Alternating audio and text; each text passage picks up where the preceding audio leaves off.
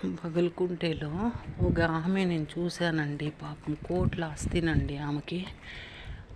పాపము భర్త వేరే వేరే ఆమె బయట వేరే ఆమెను పెట్టుకుంటే ఆమె అడిగినందుకు తల పట్టుకొని గోడకేసి కొట్టింటే పాపం మెంట్లయిపోయిందండి ఆవిడ. చూపిస్తాను ఈసారి పగలకుంటేకి పోయినోడా వదిలేసినాడండి పాపం. ఆమె ఆస్తినే ఒకటే కూతురండి.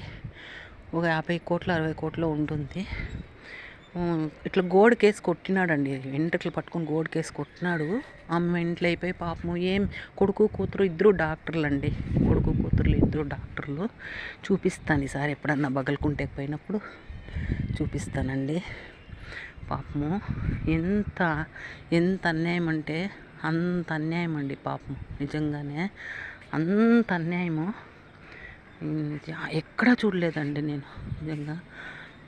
నిజంగా భర్తలు అంటాం కానీ ఎవరి మనసులో ఏముంటుందో చెప్పలేమండి మనము. మా ఆయన కూడా మంచోడే. మనసులో ఏముంటుందో చెప్పలేమండి మనము. మనసులో ఏం విషయం బుద్ధి ఉంటుందో మనం చెప్పేకయ్యలేదండి. మనసులో పైకి నటిస్తుంటారు. ఏం విషయం బుద్ధి ఉంటుందో తెలియదు కదా. కొంతమంది మంచి వాళ్ళు ఉంటారండి భర్తలు. వాళ్ళు నిజంగానే ఆడవాళ్ళు ఎంత అదృష్టం. బంగారు పూలతో పూజ చేసింటారండి కొంతమంది. అంత మంచి భర్తలు ఉంటారు వాళ్ళకి. భార్యని బాగా చూసుకుంటారు, పిల్లల్ని బాగా చూసుకుంటారు.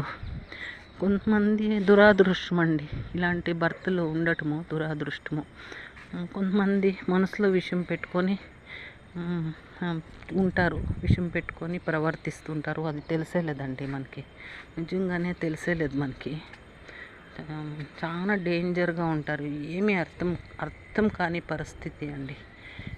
వర్ణించే కూడా అయ్యలేదు. ఎక్స్పెక్ట్ కూడా చేసేకయ్యలేదండి. అలాంటి మగవాళ్ళు ఉంటారు. మనం ఊహించను వాళ్ళ మనసులో ఏముంది అని. సినిమాలో తెలిసినట్లు లాస్ట్లో పోలీసు వాళ్ళు వస్తారే, లాస్ట్ మినిట్లో తెలుస్తుందండి వాళ్ళ మనసులో ఇంత విషయం ఉందా భార్య మీద అనేది లాస్ట్ మినిట్లో తెలుస్తుంది. అంతవరకు కొంతమంది బయటపడరు. చాలా డేంజర్గా ఉంటారండి మగవాళ్ళు. కొంతమంది ఎంత మంచి వాళ్ళు ఉంటారో భార్యను బాగా చూసుకుంటారు.